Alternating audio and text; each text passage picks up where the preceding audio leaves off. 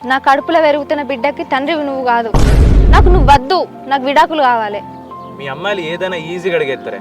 పెళ్లి చేసుకోబుద్ది అయినప్పుడు ఇంటికి వచ్చి మాట్లాడమని, వద్దనిపించినప్పుడు విడాకులు తీసుకుందామని. నచ్చని బస్సులో 5 నిమిషాలు జర్నీ చేసడానికి ఇబ్బంది పడతాం. అలాంటిది నచ్చని మనిషితోటి జీవితాంతం ఎట్లా జర్నీ చేస్తాం అనుకుంటాను? మీకేందే, మీరు అమ్మాయిలు ఏదైనా ఈజీగా దులిపేసుకుంటారు. అందుకే దేవుడు మీకు కొంగిచ్చిండు, మాకు లుంగిచ్చిండు. ఏదైనా దులిపేసుకుందామని లుంగి లేపితే ఇజ్జత్ పోతుందని గుట్టుగా సంసారం చేసుకుంటాం. మనది అని తెలిసిన తర్వాత బదలని అవసరం లేదు. మనది కాదు అని తెలిసిన తర్వాత దాన్ని పట్టుకోవాల్సిన అవసరం కూడా లేదు. మనది కాదని ఎప్పుడు తెలిసిందే నీకు?